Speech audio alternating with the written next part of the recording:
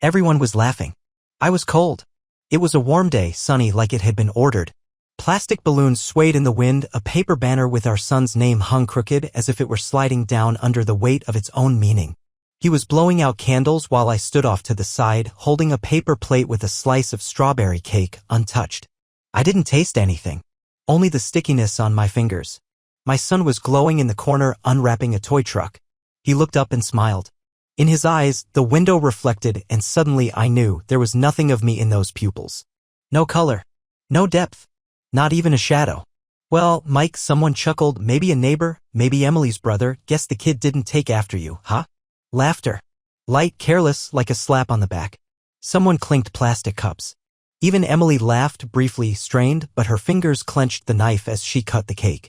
Like she was holding herself back from slipping on the frosting. Like that slice wasn't for a child, but a sentence. And I just stood there, watching.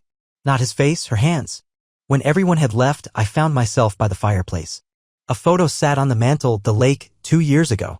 The three of us. Our son between us, Emily's hand on my chest. I was smiling then. Now I looked and compared, jawline, the curve of the nose, the forehead. I wanted to find myself in that face, but I saw nothing. As if I were staring at a stranger's child in a stranger's frame, gifted to me by mistake. I told myself, kids change. And they do. But that night, when she lay with her back to me and pulled the blanket over her head, I stared at the ceiling and heard nothing. Not her breathing. Not even my own heartbeat. As if something inside me had shut off. The morning was sticky. Milk left standing in a cup.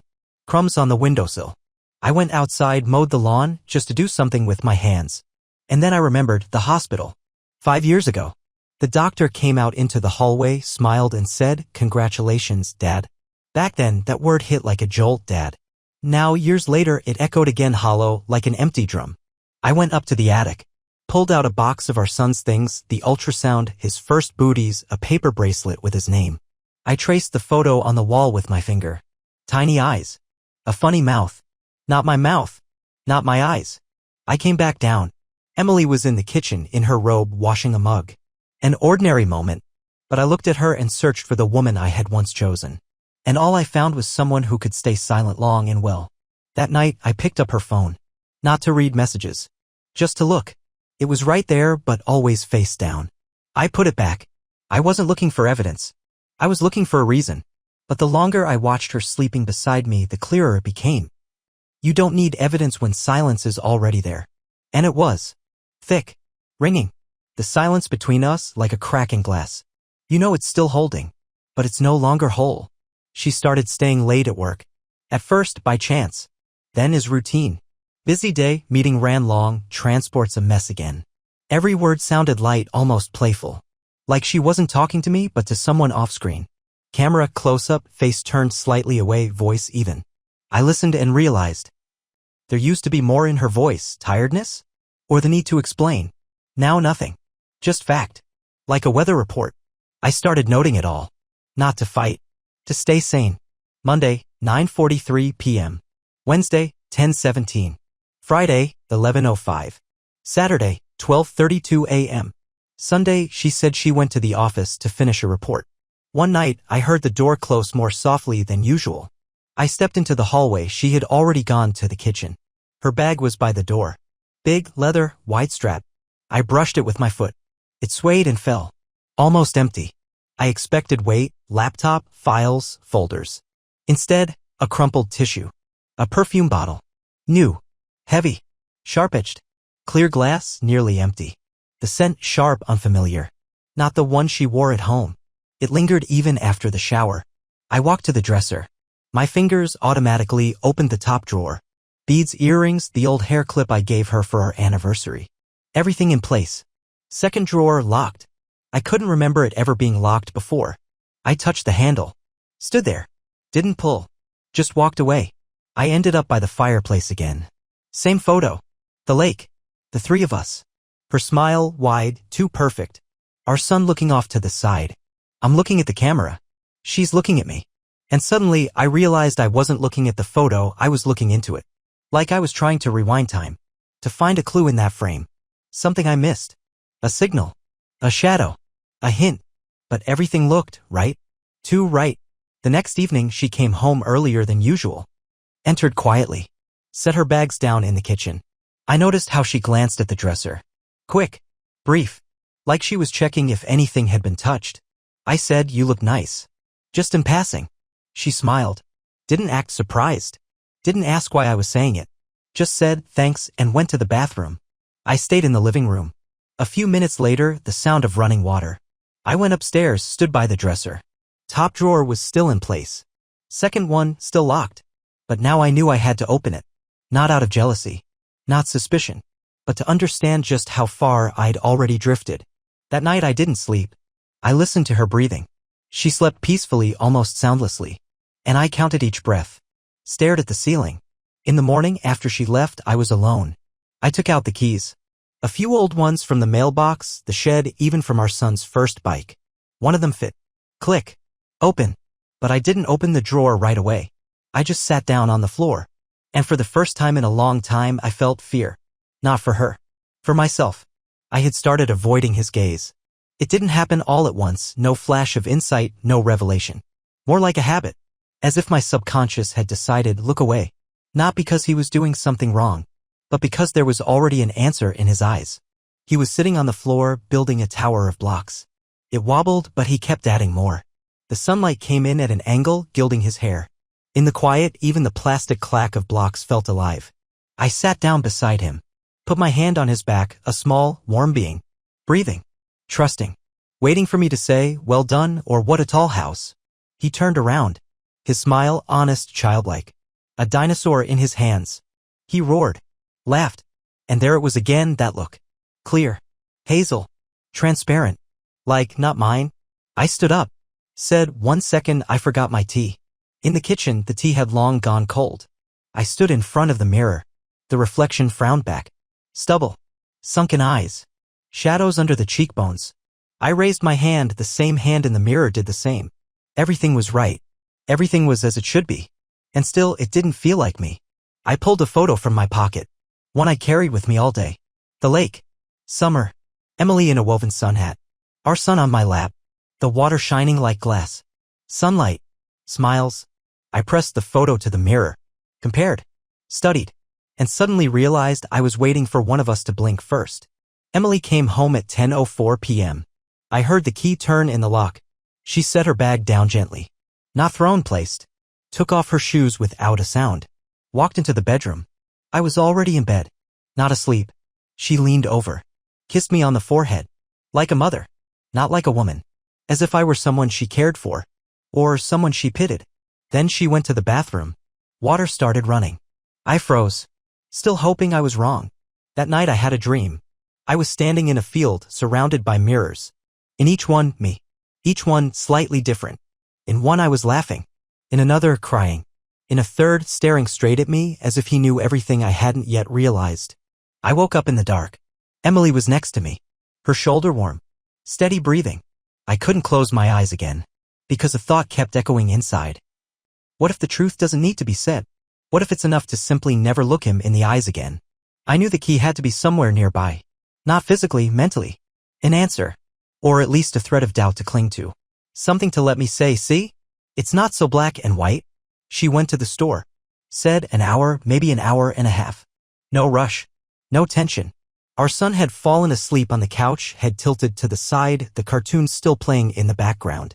I turned down the volume. He wasn't listening anyway. I was alone. I stood in front of the dresser like it was someone else's apartment. Like I was about to enter and find a life that wasn't mine.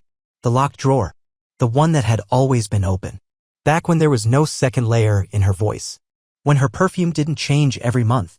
When her gaze was direct, not dimmed. I started looking for the key. No sudden moves. As if I feared the house itself might sound an alarm. Makeup bag, only mascara and powder. Coat pocket, gum, a coin. I was about to give up when I found an old watch box. Inside, metal. A click. The lock gave way. I held my breath. Opened it. Empty. Completely. No letters. No photos. No notes. Only one thing, an envelope. White. Ordinary. But sealed with an official crest. A medical clinic. No name. Just a number. Case number 179BR. It had already been opened.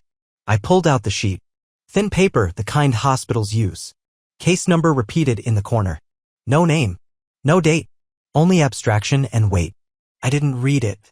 I just sat on the floor, back against the wall, holding the envelope, and felt everything collapse, not because of the fact itself, but because of how it came to be, because of the silence it had lived in, as if the lie wasn't betrayal, just part of the scenery, like curtains, like the smell of onions in the kitchen.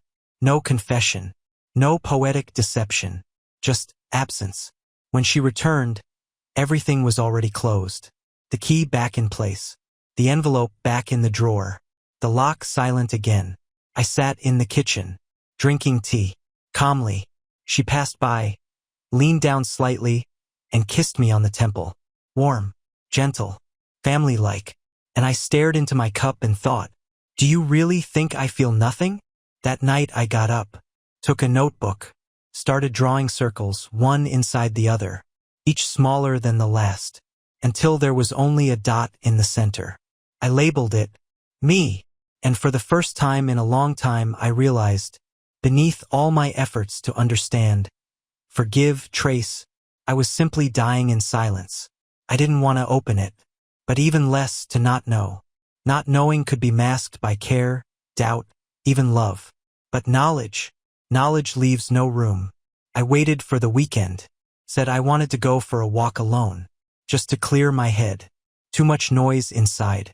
Emily nodded, didn't ask where, why, for how long, just smiled and turned away, as if it had become more comfortable not to know where I was. The envelope was in my jacket pocket, plain white, slightly creased at the corners. I felt its weight like a stone, though it weighed almost nothing. I got into the car, closed the doors. The space became sealed, hushed. I exhaled, slowly, like before a dive. I opened it. Inside, a sheet, thin, cold. The smell of paper, dust, office air. Confirmation of biomaterial submission. Reproductive Technology Clinic. The date nearly 6 years ago. I ran my finger across the numbers. Black, sharp, precise. 1 month before Emily said, I think it worked. The father field was blank. Only a code. B, R79 and D. As if someone tried to hide the name. Or didn't even try. Just made it look like they did. Brandon? Her brother's name? The neighbors? An old friends? Or just a convenient coincidence? I wanted to laugh. Truly. Out loud. But my mouth went dry. The laugh caught somewhere in my chest, swelled, and turned into a lump. At the bottom of the page, there was a note. Tiny print, the kind no one reads. Parties agree not to disclose the contents of this contract until the child reaches legal age. Violation will result in termination of inheritance disbursements. I read it twice. Inheritance? What inheritance? We didn't have any rich relatives. No stories about aunts in France. No talk of wills or trusts. Just us. An ordinary couple. An ordinary child. Ordinary lies? I got out of the car. Left the paper on the seat. Started walking. Not even watching where I was going. Just moving. Trying not to feel the cracking inside. I passed by shops. The playground. The park where we once walked, the three of us. Where our son once asked, why is the moon following us? I remembered how Emily laughed then, and now that laugh didn't sound like joy. It sounded like the echo of someone else's choice. If this was a decision made for us, why did it feel like betrayal? Why wasn't I given a choice? Why wasn't I included in a life that now turned out to be only half mine? When I came back, the house was just as usual. Our son was eating cookies, drawing on the floor. Emily was washing dishes, humming something soft, and I looked at them and felt a new emotion settle inside me. Not pain, not anger, not even fear, detachment, as if I were inside someone else's play, where my role was just to stay in the frame and stay silent. I didn't know who I was more angry at, Emily or myself, for still pretending. He came to me in the morning, barefoot, holding a drawing. On the white page, a house, the sun, green grass, 3 figures, Mom, him, and me. I took the paper, leaned down, smiled. Beautiful, really. He nodded, proud. But I saw the figure that was supposed to be me. I asked, "Who's that?" He shrugged. "I dunno, maybe you? Doesn't look like you." Child logic. Simple. No locks. No suspicion. But I felt something snap inside me. In the kitchen, I held a cup of tea. Warm. Blue swirls along the rim. A gift from Emily, back when we were still us. I looked at the edge. It was cracked. A fine fracture like a spiderweb. Not broken. Not shattered. But no longer whole. Like me. On the outside, calm. Steady. Familiar. On the inside, collapse. Slow. Systemic.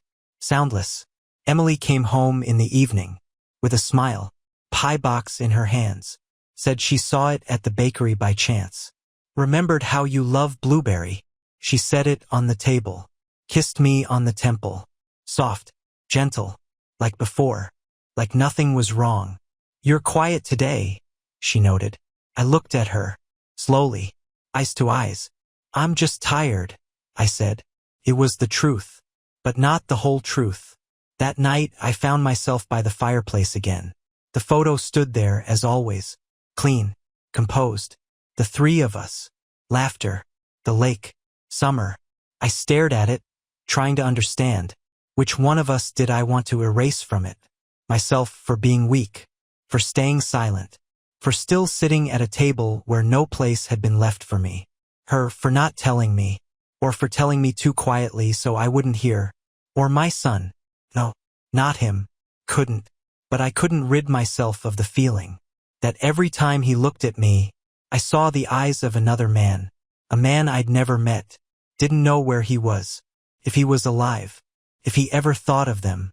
But I already hated him. For no reason.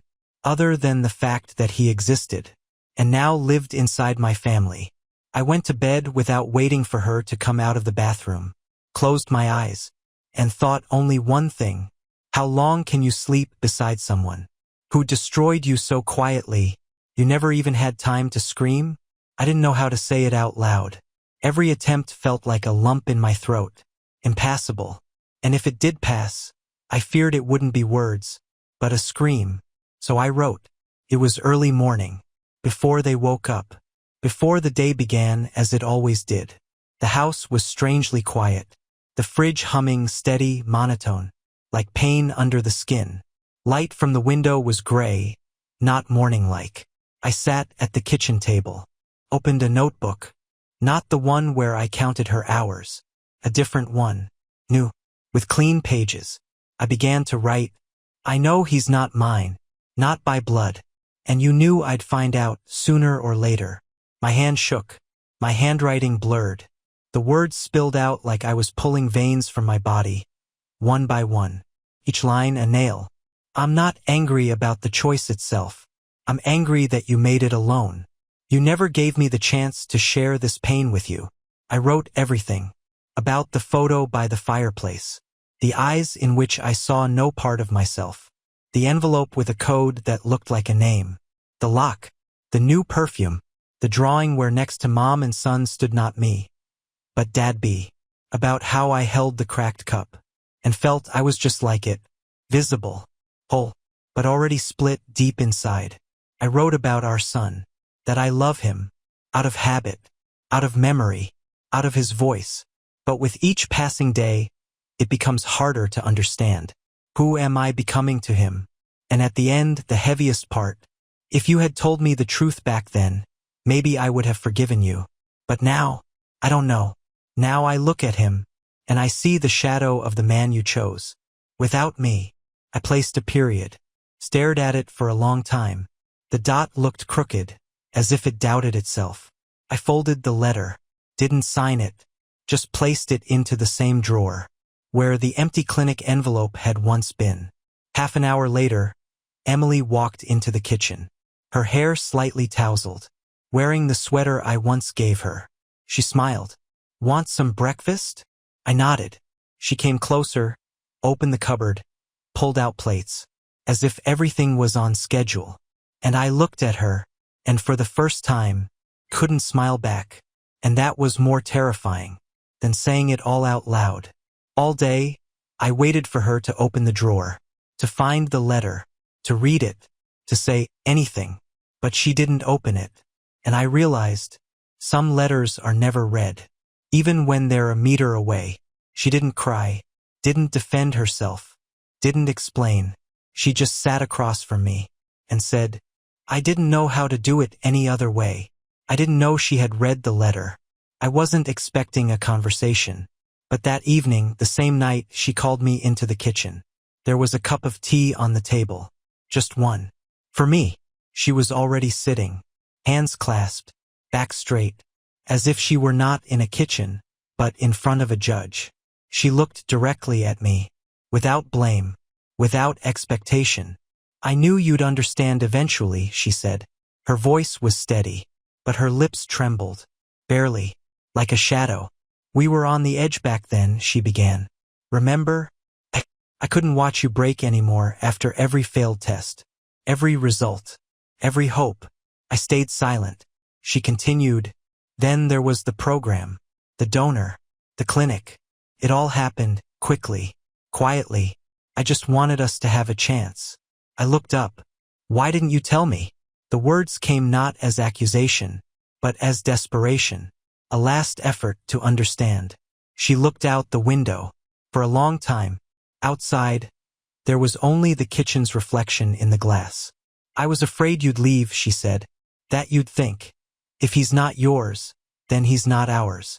Silence. A dog barked somewhere. A siren wailed in the distance. I clenched my hands, as if searching for something to hold on to. You made the choice for both of us. She nodded. Barely. Yes. And it was him? Brandon? She looked away, not at the window this time, but down. I never truly knew him, she said quietly. Only the number. BR79ND.